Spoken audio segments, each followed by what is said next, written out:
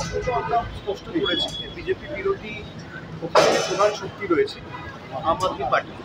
আমরা সবাই চাই তারা জিতুক, এবং আমি মনে করি যে দিল্লিবাসী বিশেষ করে গত 5 বছরে আম আদমি পার্টি সরকার করার পরে যেভাবে রাজ্য সরকারের ক্ষমতা কুক্ষিগত করার জন্য অনৈতিক, অবৈধভাবে, অসাংবিধানিকভাবে কখনো অধ্যাদেশ জারি করে তাদের গণতান্ত্রিক অধিকার কেড়ে নেওয়া এবং কখনো তদন্তকারী সংস্থা পিছনে লাগিয়ে দিয়ে তাদেরকে একের পর এক নেতা মন্ত্রীদের বছরের পর বছর, মাসের পর মাস অনৈতিকভাবে, অবৈধভাবে রাজবাড়ি করে, গুন্ডামি করে জেলে ঢুকিয়ে রাখা, তার জবাব মানুষ দেবে।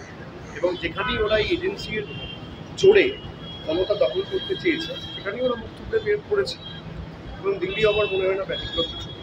বাজেট তো এরা যবে থেকে ক্ষমতায় এসছে যে কটা বাজেট পেশ করেছে সেখানে সাধারণ গরিব মানুষের জন্য বা মধ্যবিত্তদের জন্য কোথাও তো কোনো রিলিফ কিছু দেয়নি।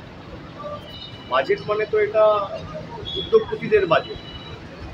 গত 10 বছরে বড়লোক আরো বড়লোক হয়েছে, ধনীরা আরো ধনী হয়েছে, গরিব আরো গরিব হয়েছে।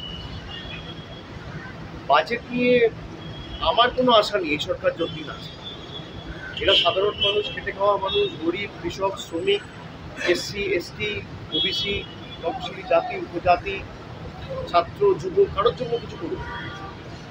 এমনকি কালো কৃষি আইন এনে 700 জন কৃষক মারা গেছে এদের কারণে।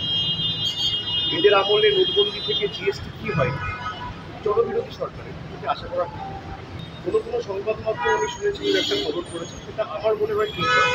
একটা ক্যালেন্ডার হয়েছিল যেটা শুধুমাত্র ডায়মন্ড হারবারে দেওয়া হয়েছিল, আর একটা ক্যালেন্ডার হয়েছিল যেটা পার্টি থেকে বিতরণের জন্য বলা হয়েছে। পরবর্তীকালে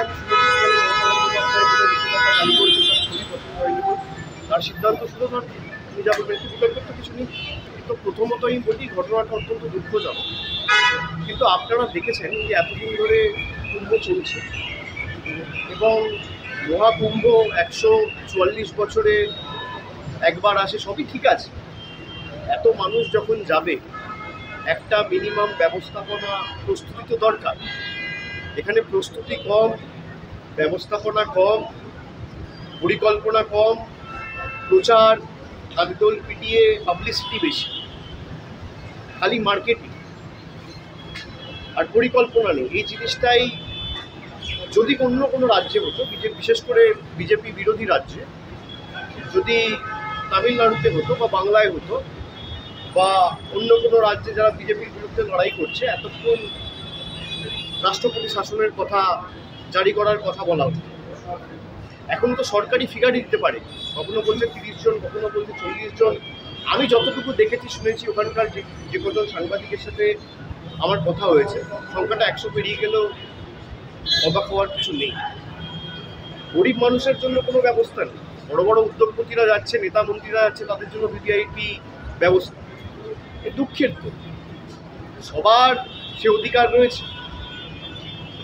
গরিব মানুষ, বয়স্ক মানুষ যারা 70 বছর, 75 বছর, 80 বছর, এমনকি 90 বছরের বয়োজ্যেষ্ঠ লোকেরা একবার কুম্ভে যাচ্ছে যে আমরা স্নান করব, তাদের জীবদ্দশায় একবার এই সুযোগ পাচ্ছে।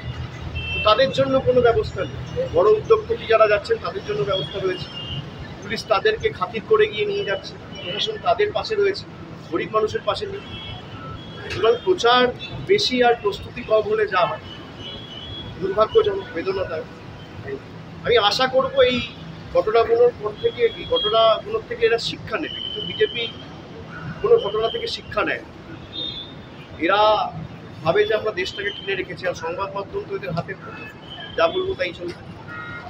মানুষ দেখেছে যে নেতা মন্ত্রী যখন যাচ্ছে সব খালি করে দেওয়া হচ্ছে, রাস্তা ফাঁকা করে দেওয়া হচ্ছে, এমনকি সংগমের একদম সামনে অব্দি গাড়ি নিয়ে যাওয়ার ব্যবস্থা পর্যন্ত রয়েছে। এগুলো কোনোদিন অ্যালাউ করা উচিত না। আমরাও তো এখানে গঙ্গাসাগর করেছি, আমাদের রাজ্য সরকারও তো করেছে, তাই নেই করে 14 বছর সরকার ক্ষমতায়। এরকম ঘটনা যদি বাংলায় ঘটতো, ঈশ্বর সর্বশক্তিমান না করুক, কোনোদিন ঘটুক, যদি ঘটতো তাহলে এতক্ষণ তো রাষ্ট্রপতি শাসন জারি করার কথা বলতো। আমার বলার কিছু নেই, মানুষ দেখছে। দেখুন, আমি তো দিল্লির ভোটার না, আমরা চাই খালি দিল্লি বলে নয়, যেখানে বিজেপির বিরুদ্ধে যারা সর্বশক্তি প্রয়োগ করে লড়াই করছে তারা জিতুক, তারা শক্তিশালী হোক। আমরা তো ইন্ডিয়া জোট হওয়ার প্রথম দিন থেকে এই কথাটাই বলে এসেছি, আজও কোনো ব্যতিক্রম নয়।